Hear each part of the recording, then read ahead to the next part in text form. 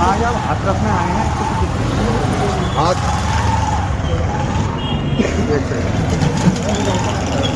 आज आप हाथरस में हैं। हाथरस में राष्ट्रीय सवर्ण परिषद द्वारा पदयात्रा निकाली जा रही थी, जिसको प्रशासन ने रोक दिया। रोकने के बाद में उस पदयात्रा के संयोजक पंकज धवरैया अनशन पे बैठ गए घर के बाहर ही, और घर के बाहर उनके पुलिस फोर्स लगी हुई है और हम मिलने के लिए आए हैं। एक व्यक्ति को मिलने नहीं जाने दिया जा रहा है। हमसे कहा गया है कि आप डीएम से परमिशन ले आइए, हम आपको पंकज जी के पास मिलने भेज देंगे। मुझे ये समझ में नहीं आता है कि अपने देश में हमें वीजा लेके जाना पड़ेगा। धारा 144 लगी हुई है, आप 150, 200, 1000 आदमी को रोकोगे, 10 आदमी को रोकोगे, एक व्यक्ति को जाने के लिए परमिशन की आवश्यकता पड़ेगी। क्या हमें अपने देश में वीजा की आवश्यकता है? हम अपराधी हो गए? नहीं, हम अपराधी हो गए क्या? ब्राह्मण के घर में पैदा होना अपराध है क्या?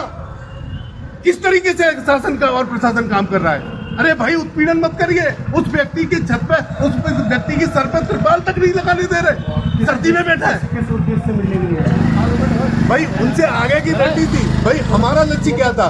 हमारा लक्ष्य था कि हमारी मांगों को सरकार तक पहुंचाना, अपनी बात को देश के प्रधानमंत्री नरेंद्र मोदी जी तक पहुंचाना कि भाई जो कानून है ये हमारे खिलाफ है, आप इनको हटा दीजिए और ये हमारा सबका संवैधानिक अधिकार है।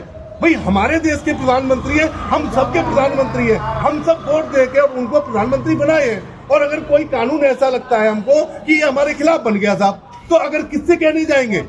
भाई घर का मुखिया होता है, उससे ही कहेंगे ना। और अगर उनसे कहने जाने की कोशिश करते हैं, इस तरीके से रोक दिया जाता है। अरे रोक देना भी ठीक है, ये तो उत्पीड़न किया जा रहा है। आप सर पे त्रिपाल नहीं डालने देंगे, आदमी को मिलने नहीं देंगे, इससे बढ़िया तो जेल में होता है। जेल में कम से कम मिलने की टाइमिंग तो होती है, व्यक्ति से मिलने का समय तो दिया जाता है। 4 दीवारी मिलती है, छत मिलती है, बिस्तर मिलता है। यहाँ तो आदमी सड़क पे पड़ा है, उसके सर पे त्रिपाल नहीं लग सकती है, उससे लोग नहीं मिल सकते। ये कैसा आतंक है भाई?